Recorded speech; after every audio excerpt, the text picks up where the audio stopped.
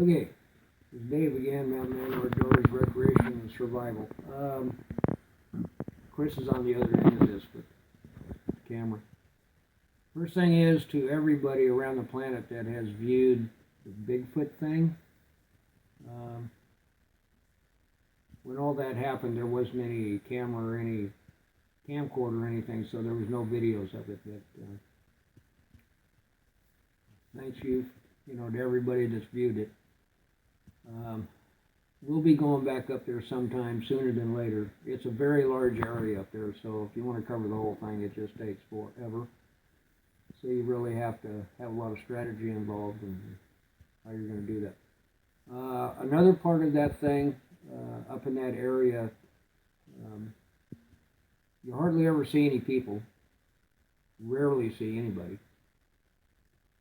So a lot of people say there's nothing going on up there, and in reality there is, because there's a lot of different types of animals up there. It's not a scary thing, you just got to be aware of your surroundings anyway. So I'm up there this other time, and it's in the same general area of that wilderness.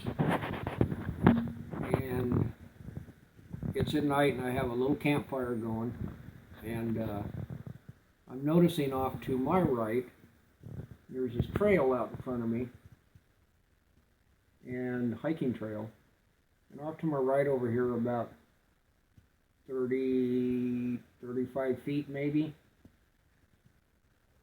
there's this tree that had fallen down, and the Forest Service I guess went in at some point in time and cut it so you could stay on the path and walk through where they cut. And this down tree is probably at least 4 feet from the ground up. It's a good 4 feet anyway. Well, I noticed that there were these two dots.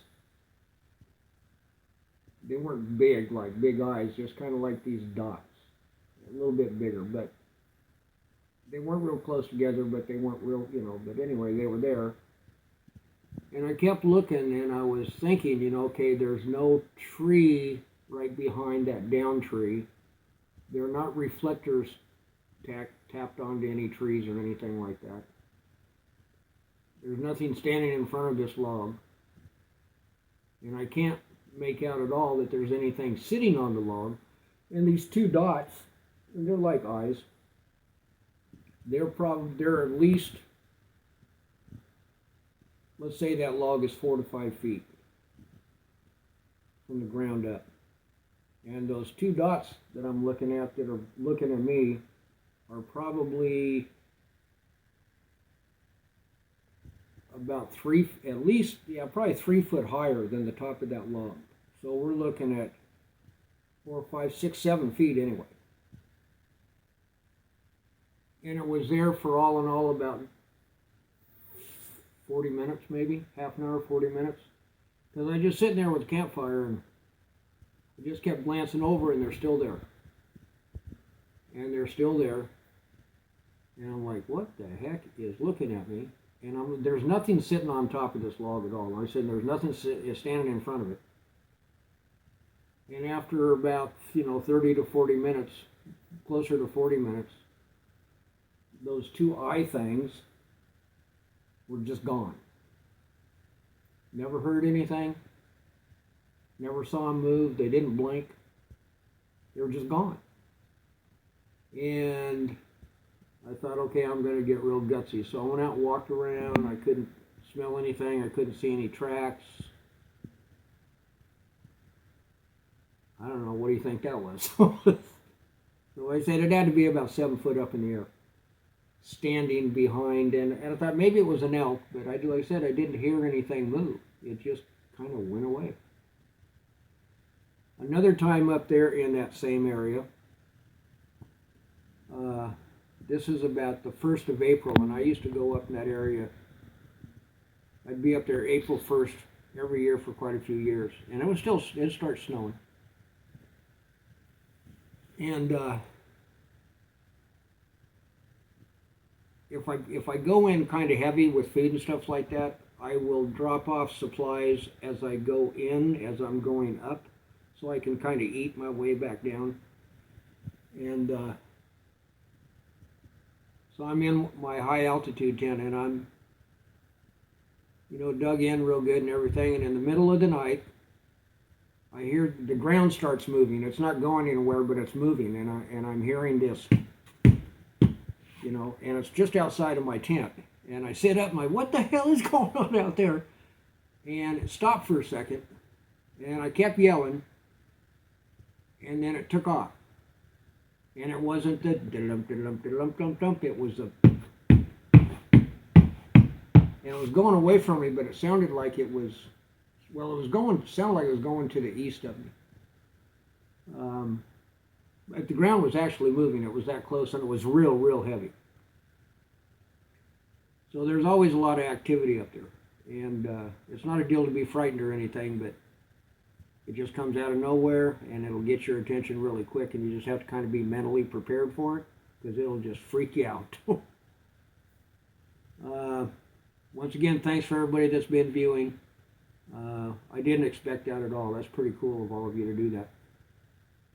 I've got some other stories, we're just sitting around, and some stuff that's really cool for the kids, if you have kids or stuff like that. I had one deal, and we'll do a little deal on it right now at this moment. But when I was about 8 or 9 years old, and I was for sure, I found Rudolph the Red-Nosed Reindeer, and I have to tell you that one, that was pretty cool. Albino deer. There's people with the Forest Service Rangers and other people that have seen the video that I had of it. Unfortunately, I don't have the video of it anymore.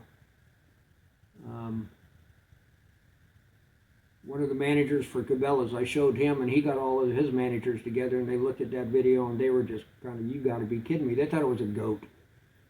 But they realized the video I had was of this pure white albino deer, little pink nose, pink eyes.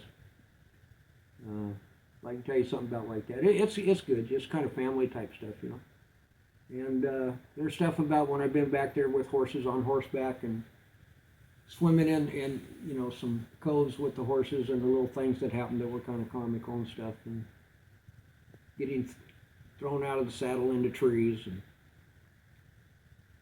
just stuff that goes on outdoors all over the place. It's no big deal, but it's kind of fun to talk about it, and it's not always sad or dangerous or spooky or anything. There's a lot of good stuff.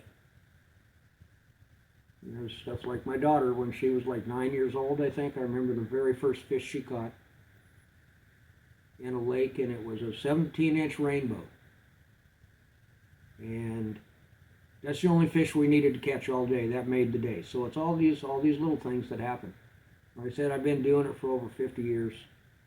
And I started out as a young boy with my parents and my grandparents and great-grandparents and aunts and uncles and stuff like that. It's just a learning process and how to respect the outdoors and everything that's out there, and each other and each other's properties and stuff like that. So we'll just kind of keep going, and then when we're going to get traveling again, we've got a bunch of downtime now, so just kind of playing around with paracord and ropes, redoing our knots and seeing how many times we can't do it right before we do get it right again. And we'll be doing some cooking stuff. You're kind of out of the normal. You might have seen them on other people's YouTube stuff.